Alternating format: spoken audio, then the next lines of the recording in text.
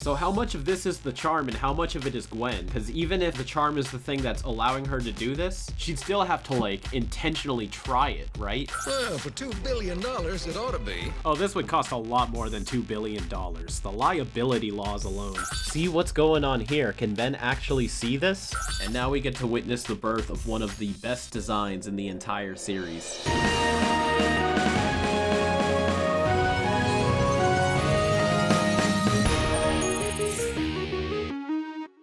Hey everybody, Kuro the Artist here, and welcome back to another Ben 10 breakdown. If this is your first breakdown and you're wondering how my rating system works, there's a detailed explanation in the description below, along with a link to a playlist full of all my previous breakdowns, but by all means, stick around and watch this one first. I'm sure you'll still enjoy this video. If you have seen my breakdowns before, you'll know that I'm very aware that the classic series finds a lot of comfort when writing their plots with unexplainable coincidences in mind. These next few episodes, however, crank that up to 11. Without suspension of disbelief, absolutely none of these plots would make any sense. And even then, there's a lot of strange things happening. Before we jump in, I got a few quick updates for you, so let's knock those out the way.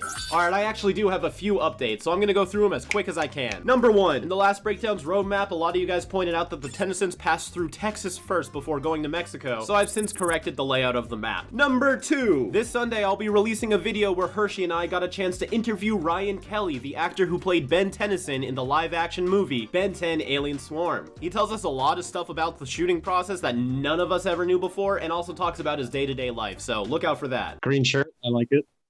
You know, it's green shirt, green drink. Absolutely.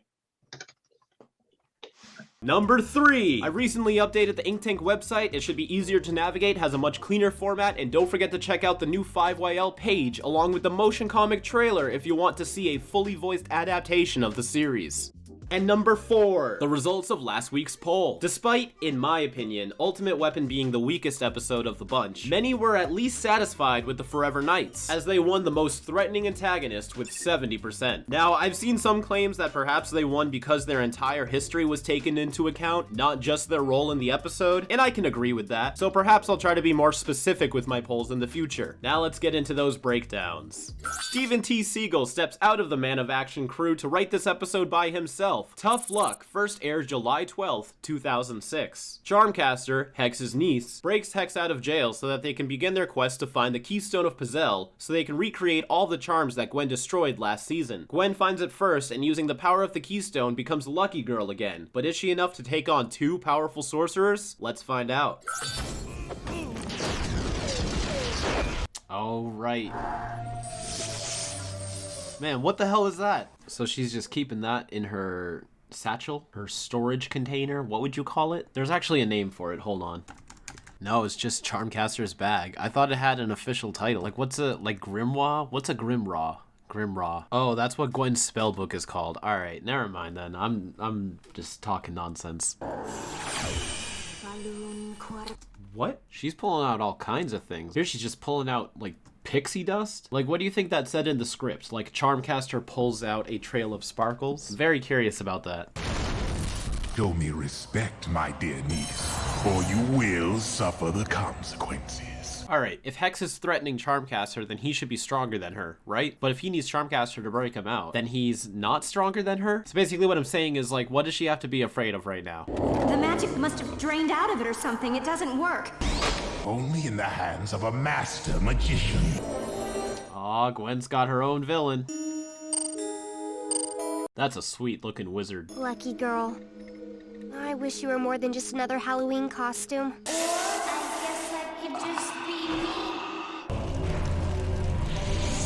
This fire is gorgeous. There's a lot going on here with it. Nation to me. Magic GPS. One of his wrist wrappings flicker out for a frame, right? Boop, there it is. Yes, Uncle. So I guess Charmcaster really is afraid of Hex. Is this the first time we're really getting a date? So we're about in the middle of the summer now, depending on how their school system is. Magician of the Year Expo? I don't suppose you have any real magical artifacts? Imagine going up to someone like that, seriously? Hello, potion seller. I am going into battle, and I want your strongest potions. I'll take it. It's kind of like her own Ultimatrix. Whoa, she didn't pay for it yet. I know. Hero time. Wow, our first hero time in like 9 episodes, and that's what it is? Come on, Ben. Oh, it's the scream. That's it right there.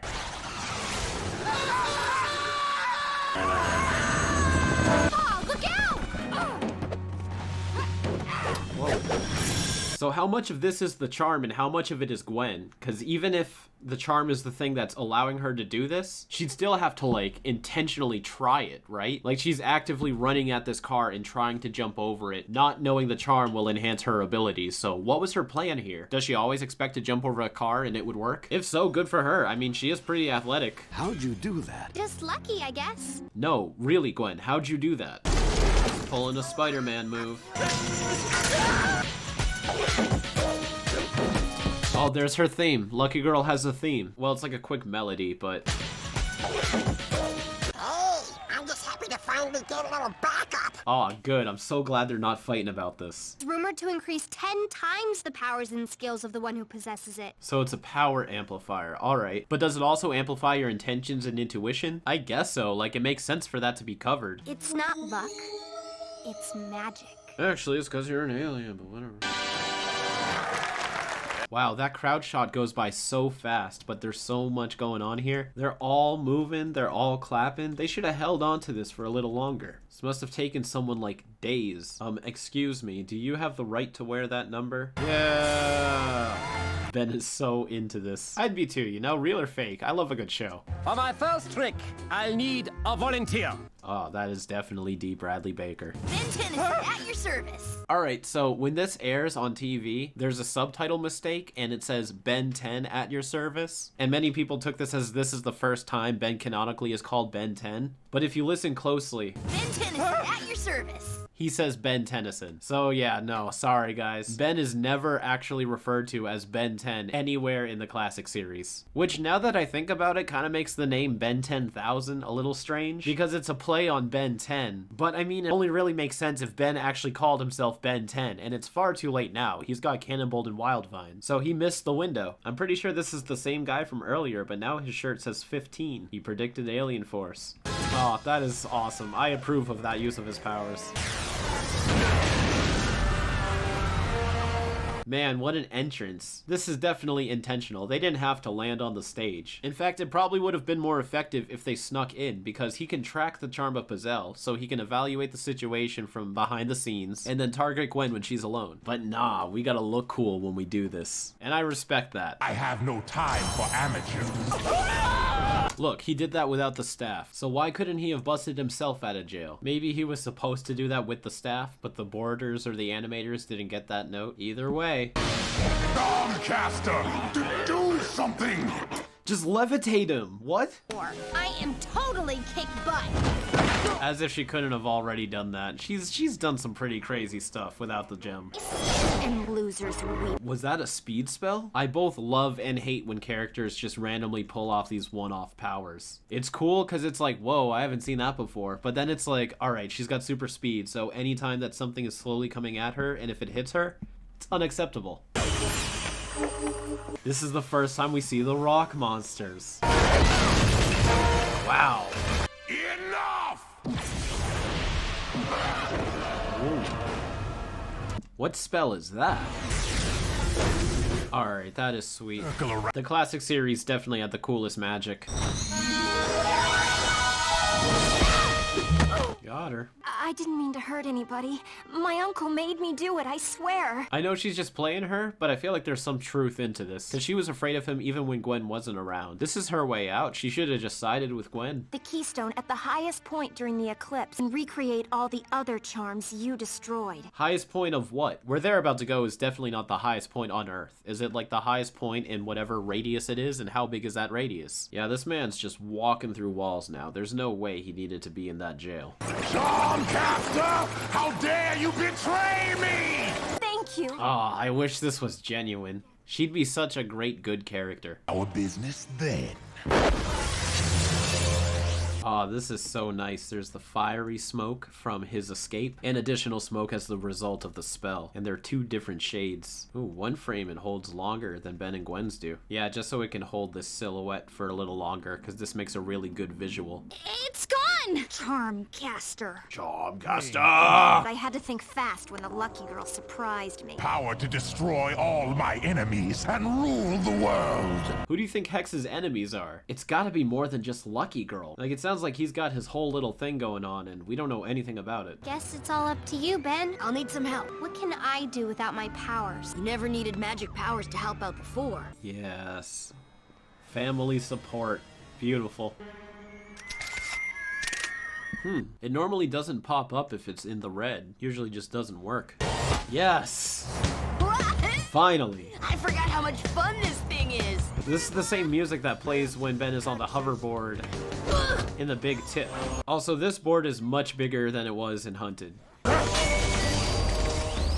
arms of fun. Wildvine. I like how he's standing right now. He really feels like a plant that was plucked out of the ground. It's a pretty good change from the humanoid shapes of all the other ones. Change in plans. I get the power of the keystone and the charms. Oh, and man. you get squat. She double-crossed him. I forgot Charmcaster was this heartless. So she wasn't really afraid of him either. She was playing everybody. That's... Oh, do you hear that? That was a mix of both Ben and Gwen's themes. That was really cool.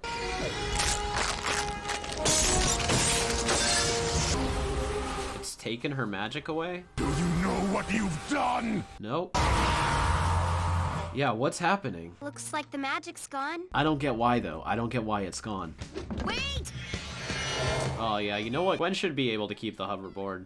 You know, that episode was actually a lot cooler than what I remember it being back in the day. I feel like it just kind of became Lucky Girl Part 2 in my head, but this episode had a lot more going for it. I forgot how much it focused on Hex and Charmcaster too. Alright, let's start getting those ratings out. The plot is going to get a 2. I enjoy when the classic series involves magic because they always do it in a very creative and cool way. It probably looks the best visually too out of all the shows. Although this plot was held together with a ton of coincidences. Not that the classic series is a stranger to that. This episode had too many for it to be believable, even in the realm of Ben 10. Charmcaster and Hex losing their magic at the end doesn't make any sense. Whether or not Charmcaster or Hex needs assistance from their magical artifacts in order to pull off spells seems to be whatever is just the most convenient at the time. And as cool as Hex and Charmcaster are, the spell to be able to track the Keystone of Bezel seemed very easy to pull off, so it makes you wonder where the other magicians were trying to do the same thing. I mean, the Keystone was just chilling at some magic convention in a shop, totally unguarded and unprotected. A lot of these things are very nitpicky, but when you stop and realize there's so many things to nitpick about the episode, it starts becoming too difficult to ignore and the plot starts to fall apart. Although props for letting Ben use his hoverboard again, that was nice. Characterization will get a solid 5. Ben and Gwen had a lot of layers to them in this episode. They interacted with each other on very different circumstances. And while I'm not saying that every time Ben and Gwen don't argue that automatically makes it good, it's always great to see Ben be supportive of Gwen in the moments that it matters. And it gives Ben another characterization feat where he's been spending the whole summer being a superhero that now he's starting to get tired of it. That the second Gwen suddenly gets her powers back, he's relieved just to have some teamwork. I think there's a lot of growth involved in order to get Ben to that point, compared to how he starts the series off at the beginning of summer. Max kinda got left behind in this episode, but we also did focus a lot on Hex and Charmcaster. While they didn't have too many layers to their personalities, they were still very interesting characters. Every episode they're in, they bring an entire presence surrounding the type of characters they are with them, but it still feels like it fits right in with the nature of Ben 10.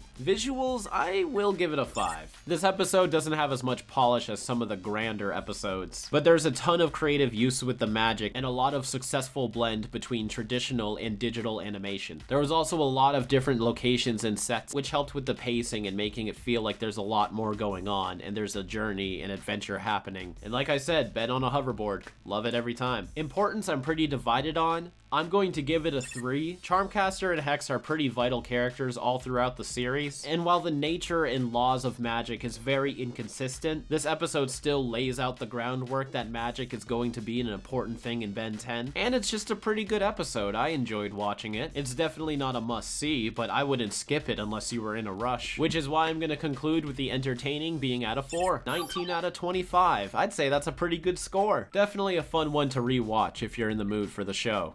Tom Pugsley and Greg Klein, 2 series regulars, team up to write They Lurk Below, first premiering July 18th, 2006. Max brings the kids on a trip to visit his old friend Donovan, a multi-billionaire who is opening up the world's first underwater hotel. We later find out that the hotel is powered by a mysterious alien power source, and the owners of said power source want it back. This is a cool touch. You can see the clouds slightly passing in the window. Whoa, how do you end up with this, though? I'd do anything for you guys. Except when Mayan swords are involved, apparently. This looks like the prison from Captain America Civil War. How are you, Donovan? Well, with 16 resorts worldwide, I'd say pretty good. God damn. Look at this nice water animation in the background. This is done so well. Hey. Yeah, whatever. This fucking kid. Does he have to be in that pose at all times? God, that looks so fun. The water's a little blocky here. Kind of looks like a bunch of squares. I don't know if that's quality or intentional, but this is a big style jump from the water on the surface. You won't believe what's down here. Would you stay here? Oh snap, I never caught this before. So they said they're in the middle of the Bermuda Triangle, and there's an airplane here, because stuff goes missing there all the time. Isn't the glass reinforced with butt kisser? Man, what's your problem? Well, for $2 billion, it ought to be. Oh, this would cost a lot more than $2 billion. The liability laws alone. Hey, I'm into sumo slammers too. Where'd you score that pin? I love how every kid in this universe loves sumo slammers. There's always fish going on in the background. Makes for a good atmosphere. Grooming him to take over the empire one day. At least he's being honest about it. Oh crap. Yeah, see, look at that. Sued. If the sharks don't get him first. Oh my god. This kid is just everything negative. This episode's been doing a great job with the water so far, but they didn't line up the texture close enough to the railing right here. I can't have an employee turned into fish food right before the opening. The press will ruin me. Typical billionaire. They're either a superhero or a jackass. Time for Ripjaw to take a dive. His walk cycle is a little jittery, but it made me notice that they must have shrunk him down even more than when he was originally drawn, because his outline is super thin right now. The next scene is drawn to scale though. Yeah, punch it in the eye. Whoa, that worked. So where's your cousin? This man nearly drowned and can't even talk, and this kid is just the furthest thing from sympathetic. They're doing a really good job making you dislike this kid. Imagine witnessing a guy gasping for his life right in front of you, and you're just kind of like, oh, hey, so where was that other guy? Well, I'll have to double his salary, but he won't breathe a word. That man didn't quit? That double salary better pay pretty well. If that happened to you, would you guys quit, or would you keep working here? I don't know, it is a really cool job, but man, all it takes is for one thing to go wrong, and boom, that's it. Buy him off. Now that's the Grandsmith way. Alright, so if he's brought up by this guy, I kind of get why this kid is like this. You gotta be pretty miserable to turn out like that. Kind of feel bad. How are you setting this whole thing up underwater? This alone could be worth the $2 billion. And this is where the hotel is? Oh, this is a different water texture from before. Must take a lot of juice to keep this place lit up. Volcanic vents on the ocean floor. We tap into them like a big steam generator. How does that work? I have enough energy to illuminate the outside so bright, it's visible 500 feet above sea level. But why? Now for my prized possession. Edwin. He's got all of this and his prized possession is a small submarine? Well, you like what you like. That'd be pretty neat to see. Whoa, look at this thing. Some of these fish look totally prehistoric. Looks like we got some more lost stuff at the bottom. Some shipwreckage, both air and sea. This kind of looks like a building almost. I can't really tell. Oh no, I think that's supposed to be a ship. And our first look at these things. I don't remember if they're supposed to be alien or cybernetic. Guess we'll have to see. Wow, there's a lot of layers going on here. So we got 1, 2, 3, 4, 5, 6, 7, 8, and then them, which is 9. It all comes together to make such a great effect. Look at this. And there's a ton of detail in it too. Like, this is something you have to want to put the effort in to pull off. And I think this is great. These sort of remind me of those germs from Jimmy Neutron. I'm pretty sure this is all the same explosion over and over. Yeah. Look for this shape. You can see it when these three things extend. There it is, there it is, there it is, there it is, there it is. You can't really tell during the shot since there's so much shaking and other effects and it's at different scales. It's a really good effect too. And it cools to a blue afterwards after it turns to bubbles. In this shot, it's a little more obvious it's the same one. Oh, well, yeah, if you didn't know before. Please say hero time. I'm pretty sure this is the last episode that he's super useful in. He's got that one moment in season 4, but like he didn't really have a chance to shine. Yeah, they make it out like these things are tech, but maybe they're like a living tech, like mechmorphs. Lots of good stuff going on here. You got a current, you got bubbles reacting to the movement of Ripjaw's arm.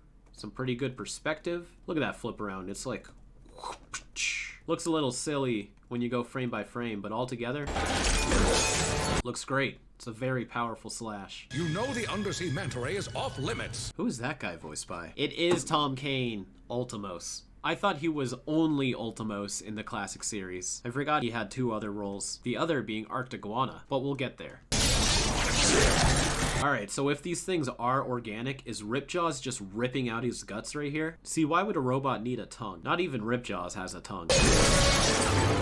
He's tearing through them. I guess that's why he's called Ripjaws. God, he's so good. I never appreciated Ripjaws as much as I should have back in the day. Oh, that's scary. We've got to evacuate the resort. Overrun by aliens. There goes my 5-star rating. Okay, 1, so these are aliens, so Ben actually did just rip his guts out. 2, come on, man. You're not even concerned for your own safety? It's still all about the hotel? Oh man, timing out underwater, that would give me so much anxiety. Oh, you can't even get it open. Come on, Ripjaws.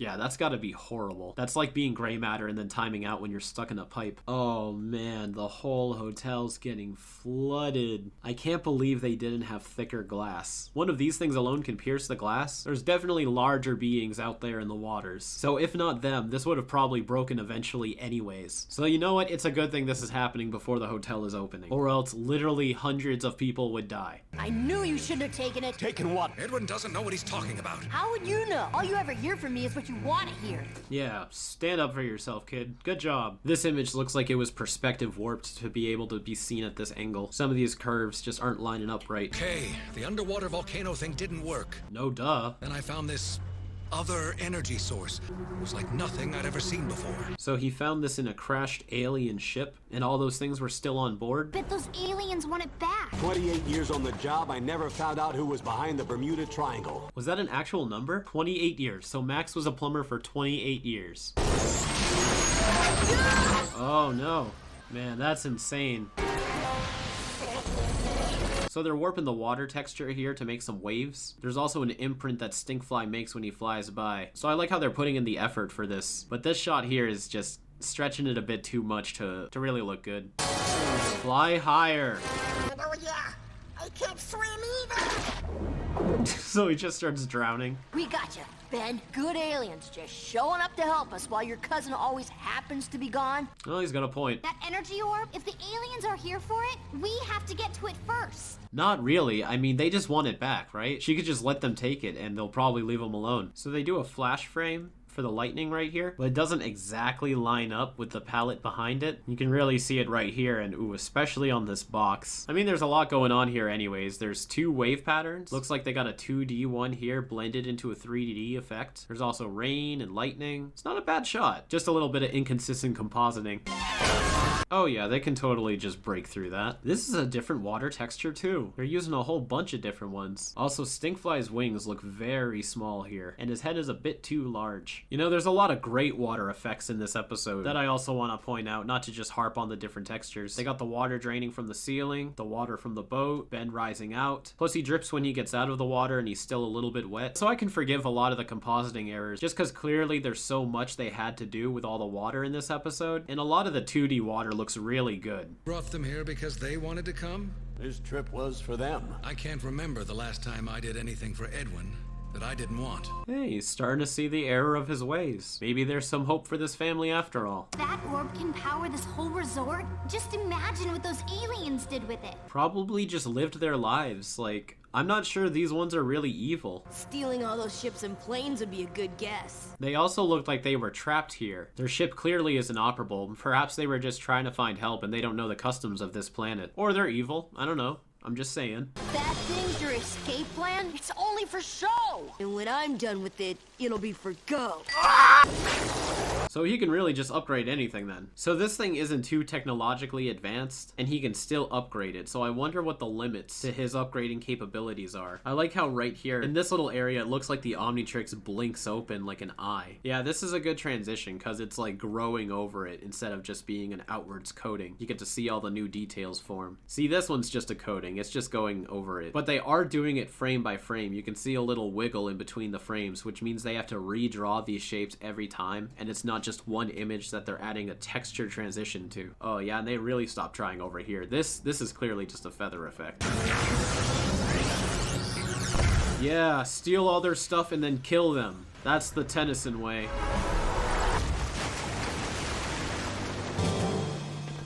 The good news is that all the aliens are toast. I don't know, I'm still not convinced they deserved that. You're all okay, and that's all that matters. It's a pretty fast change of heart, but you know, sometimes you just need a good talking to. His highlights disappear when he lifts his head. You know, these are characters I wouldn't mind if they came back either. The classic series does a great job of making great supporting characters and then just never using them again. Just gives me more time to focus on my next one. It's going up on the moon. Oh, that'll be great for Earth's gravity.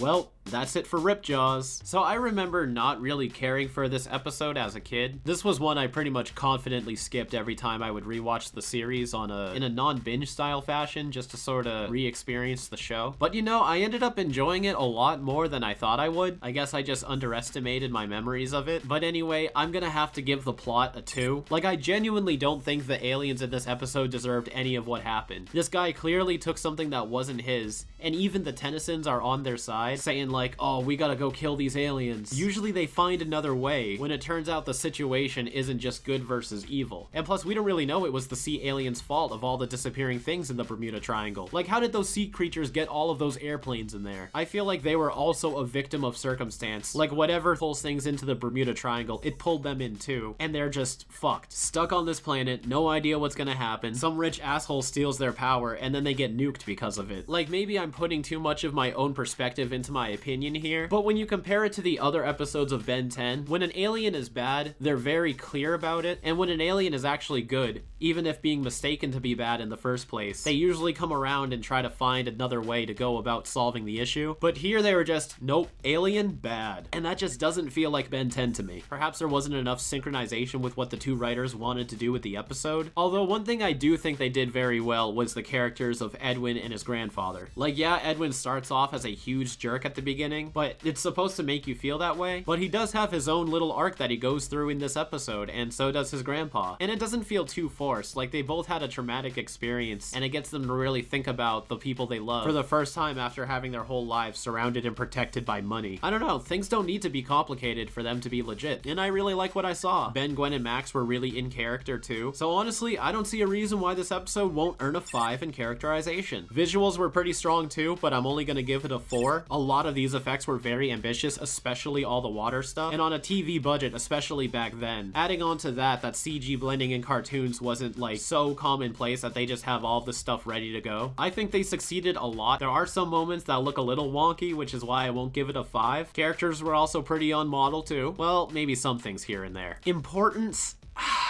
I really feel like this is the first episode that actually deserves a 0. Like, you can absolutely skip this episode and not miss a thing. But the reason that I'm giving it a 1 is because this is pretty much Ripjaws' last cool scene. And I do like to consider the Ben 10 experience as part of my reasonings for importance, not just plot-related stuff. So it's got a point because it's your last time to see Ripjaws shine, and there's a lot of really good animation here. But I mean, even I skipped this episode a ton of times, and it doesn't add anything new to the series. However, entertaining, I'll give it a 3. I personally feel like I enjoyed it a little bit more than what I'm rating it here. Like, I feel like if I'm in the right mood, this episode could even be a 5. But a lot of my own enjoyment comes in the appreciation of the animation and visuals. Whereas as an episode of Ben 10 itself, It's alright. It's very average, not good, not bad. It's just, it's an episode of Ben 10. You can put it on and have a good time. That concludes this episode at a 15 out of 25. A pretty average rating, nothing too crazy. Let's move on to the next one. Pugsley and Klein are at it again with Ghostfreaked Out, first airing July 25th, 2006. During a tour of a school that Gwen really wants to get into, Ghostfreak breaks out of the Omnitrix. Meanwhile, the circus trio are back again somehow and want revenge on the Tennysons. With dueling antagonists, the Tennysons seem to have their hands full on this one. I can't get down! It's okay. I'm here to help get you down. How tripped out were you when you first saw that happen? Even when I expect it, every time it happens, it's just so weird to see him talk. I don't want to get down. I want out. The sudden light change is a good touch, but you can also see that the background gets more saturated when he turns. And I like it because it's not making it dark or creepy. It's like uneasy. It's like how am I supposed to feel about this? This disintegration, very well done. Very well done. And it makes good use of the tree branch when it curls back into a hand. The kid just kind of melts into the branch. But what probably was a bit tricky in order to make a successful transition into the background, this hand is shaded with soft shadows, and so is the tree branch. But normally characters, even if they're gigantic, they're shaded with hard differences between the darks and the lights. Even when this transitions into Ghostfreak, it still keeps the soft shading, so it still looks like it's part of the background. See, now that there's been a completed transition, they've gone back to shading him with the solid differences between darks and lights. But they've also added a waving filter to him, so he looks kind of squiggly. Man, Ben has so many nightmares. So this shot is the first ever use of the CG rust bucket. It's not bad, just like, I guess obvious, but you know, it's not bad CG. People normally, like, when they notice CG, they feel like that means it's bad. But the thing that usually gives it away is CG is usually rendered in a higher frame rate than the frame-by-frame animation of the characters. It's how smoothly animated some CG stuff is that makes it pop out. This is one of those episodes where the background's lines are a lot wigglier than normal. You can especially see it in the window handle here, the stripes on the side, and the carpet too. Classic series always had some rough backgrounds, but it was sort of like their design trait. But every now and then you get an episode where it's like a lot more wiggly than normal. But see, look how straight and uniform these fences are. It's still not super perfect, but it's pretty noticeable this was probably drawn by a different person, maybe even a different studio. So many delude themselves into thinking they are Bancroft material. It's so sad. Man, she is so dramatic about this. But she's like, oh, some people feel like they're worthy of this school and they're not. And she's like touring them too, so she's trying to sell the idea of the school to them, right? Like, this isn't the kind of stuff you should be saying on the school tour. I have a 4.2 GPA. I'm president of the computer club, treasurer of the science society, volunteer at several local charities, and I'm a member of my school's jiu-jitsu team. All at 10 years old? Man, when I was 10, I was just making pivots. If you slow down, you'll notice not only can you actually see details on Ghostfreak, like they really went ahead and drew him and he's not just a blur, but the first place Ben hallucinates him coming out of is where he ends up revealing himself to Ben for the first time. But I'm wondering if Ghostfreak is actually screwing with Ben's psyche, or this is just a visual representation for the audience of Ben's fear of what his nightmare could be. These bands are not lined up. You know what? I'm screenshotting this because I wonder if they even reused the exact background for that scene. See what's going on here. Can Ben actually see this? Or are we just trying to get into the groove that Ben is afraid of Ghostfreak? What's crazy is once he walks forward, this shadow comes and passes over it. See, now there's this shadow, but then it stays stationary when Ben runs back. See, watch it come into frame, and now it's stuck there. Microscope! Is she really, like, questioning why she's impressed by this? She's like, how dare you enjoy our school without being a student? Is there really no one else around that can give a tour? Is she all they got? Let me out. Alright, that's not hallucinating. Somehow Ghostfreak is doing this, which is pretty cool, but like, this isn't even something he could normally do. Is this just his telekinesis? How's he doing this? Yeah, just on her. Bancroft is a no-freak zone. Wow, that's one hell of a school slogan. And these guys are back. So either Ben's just gonna randomly run into the circus freaks, or they're revisiting the same town that the last laugh was in. Maybe the circus freaks are following the Tennysons? I don't know, it's just one hell of a coincidence. You again? Payback time. Lurk, blast action should light a fire under you freaks. Ghostfreak, I didn't pick you. This is the last time Ben will ever be Ghostfreak in the classic series, and he still has the messed up symbol. No wonder he wants to leave. Whoa! What a very strange decision. Of all the things in the gym to throw at him, you're gonna rip a chunk of the bleachers out. I mean, it would work. What was that? He's pulling off some crazy powers in this episode. It's cool, I like it, but what is going on? Oh, this part was always rough to watch. Ah. Something's wrong. I've never seen Ben so vicious. Ben, answer me! Ben's not here. That was a pretty good scene. Huh, would you look at that? It isn't the same background. They really redrew it. Going back. We haven't seen the button on the wrong side of the dial error in a while. They added a quick motion blur effect when he gets close to Ben. They're really pushing for that creepy vibe. I like it. An ectoneurite's consciousness exists even in a few strands of DNA. I was trapped inside. So that always made me wonder, what about the real Ghost Freak? Because a sample of his DNA was taken, right? So did his conscious get transferred into the DNA sample? Or did the sample become an independent mind of its own and there's still the other Ghost Freak? And if it's the first, does the first Ghost Freak's body is it dead? Did it just drop down? And now we get to witness the birth of one of the best designs in the entire series. It's interesting that they keep the Omnitrix even though he left Ben. The eye kinda teleports from being right here all the way down to here as the face gets uncovered. It always bugged me a little bit. But man, he looks amazing. Man, that really stung him.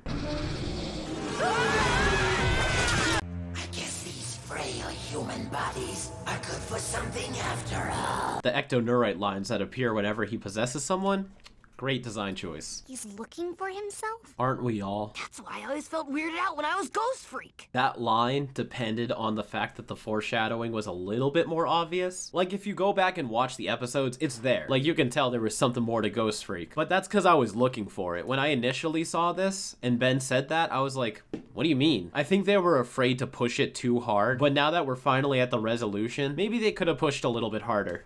That alien's pretty tough. Yeah, he could just summon new powers out of nowhere. There's great detailing with the shading on his face. You can see that when his face turns, the shadow overlapping it contorts to the shape of his cheek. I've got a couple of things from my plumber days that might help. Yeah, like your suit, which you should be wearing all the time. When he comes out and the lines like grow back into his head, I'm glad that it does that and they don't just fade off as if they were a tattoo. I promise. His hands are so big that they're whipping the air when he moves them. Listen. And I promise you will never zs'skayr is massive. see him again. What's happening to me? He should just stay inside of Thumbskull permanently. Any other questions? When do we start? Oh, this thing. I'm pretty sure this thing comes back a few times. Ah, the Omnitrix looks pretty flat. I miss the green mist effect. I like seeing Ghost Freak shapeshift. That's something I feel like we should have seen just a little bit more. We have a surprise of our own. Oh snap, I forgot about that. Daylight at night! Beam is bright. Just shoot. Shoot again. Just go. You missed your shot, Max. Ooh. Oh god. Wow, Thumbskull has some great durability. When she runs up, her eyes are actually inverted. It's supposed to be a black eyeball, pink iris. Although this does look pretty cool too. It's just a wee bit inconsistent. Here it looks back to normal. Imagine if he just ate her head. The back of Ghost Freak's skull always switches between maintaining being the bone texture and then being part of his skin. Yeah, right here, it's already different. Oh, this was always the coolest one. She's doing some pretty good moves, but I doubt she can really do anything to forearms. Yeah, she's just kind of bouncing off of him. It's like when Mochi just starts biting my arm.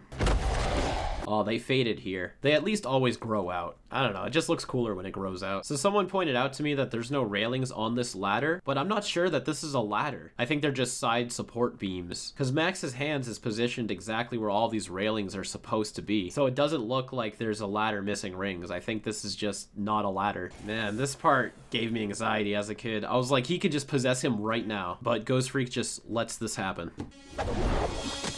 Plus 99 elegance. Better hope your cousin knows how to fly. Not yet. He could just merge with him right now. zs'skayr. Deal with zs'skayr, you're waiting too long. Oh, he's still struggling to possess him, even in human form. And the green lightning is the Omnitrix protecting him? Man, I forgot about this. It recharged the Omnitrix? together again. That's a pretty good fake out. She survives that. All of them have like crazy durability. Maybe it comes with being mutants. Or whatever they are. What? Don't ever forget that just happened. If he can survive being crushed by rocks and slammed through walls, but this pot is what knocks him out, like, Gwen's hitting hard. Max took them both out. All a day's work. I think there's a very similar shot like this in the episode he returns in. Always at the worst times. Ooh, that was a very brave jump. Those are great screams. Steve Bloom is really excellent as zs'skayr. This is very well done too. The smoke, the disintegration, then ooh, he gets this like crazy fire pattern. And listen to that scream once he finally evaporates. Piercing.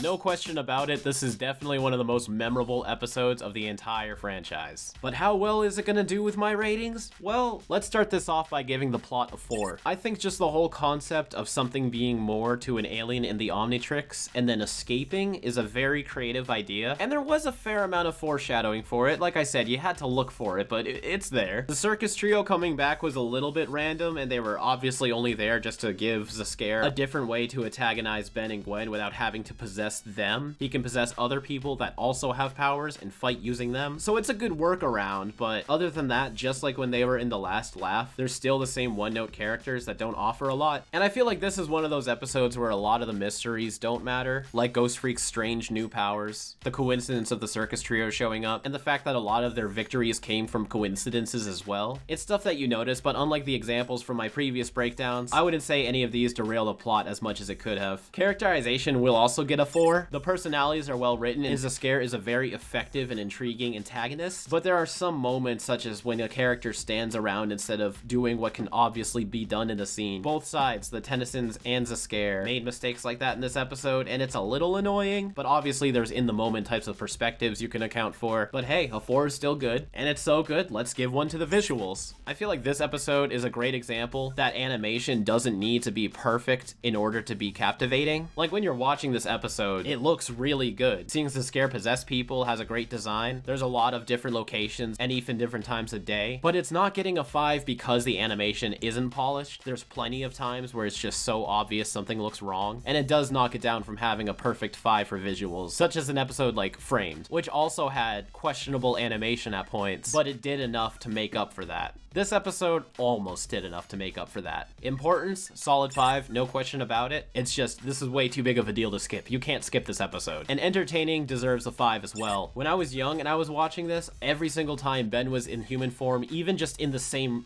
vicinity as Ghostfreak, my heart would race. I would be like, oh, he's coming for you, Ben. He's gonna possess you. It's like, it's engaging. Ghostfreak, he's just one of those villains that like, you actually feel a little bit threatened by. Cause it's not like he has a weapon or some secret plan or something. He can like go inside of your body and take control of your mind. That's like terrifying. He can take everything inside of you that makes you you and shut you off like a puppet. And I think that makes just being around him threatening enough. Not to mention he just looks really cool. That puts Ghostfreaked Out at a 22 out of 25. Let's bust through the roadmap pretty quickly since this video's already getting pretty long. Starting with Tough Luck, the magic convention they visit takes place in Las Vegas, Nevada. But awkwardly, They Work Below takes place in the Bermuda Triangle. Sorry, I can't draw the line to scale, as outliers like this would make the map too big. But as we end with Ghostfreaked Out, there was no definitive locations, leaving our map looking like this for now. So like I said, a lot of these episodes had coincidences way too big to ignore. Some ended up causing major plot holes, others not so much, but were still a bit distracting. But wow, do they pile up. The circus trio just so happened to be at the same school that Gwen was touring at, and zs'skayr just so happens to break out at this time, and Max just so happens to have a sun gun handy, and the Tennysons visit the hotel at the same time the sea aliens just so happen to launch their attack, which just so happens to be right before the grand opening, just in time to save everyone. I don't know, I feel like I'd just be complaining instead of constructively evaluating these episodes if I continued to point out every coincidence. I'm just having a very hard time accepting how a lot of these things are happening. I keep trying to get this point across.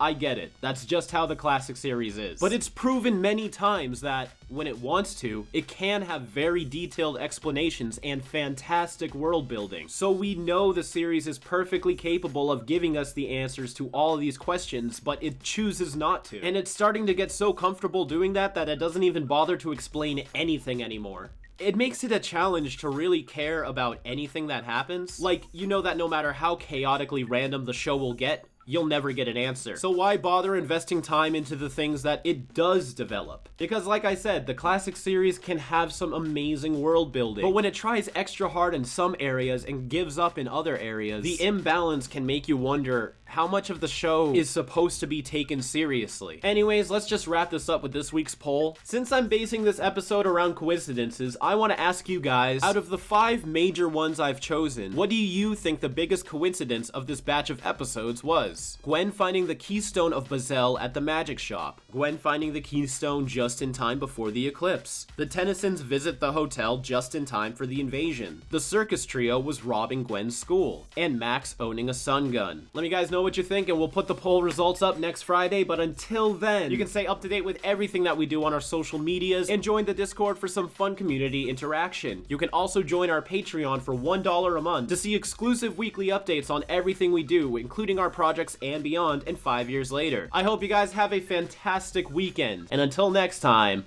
keep it fizzy.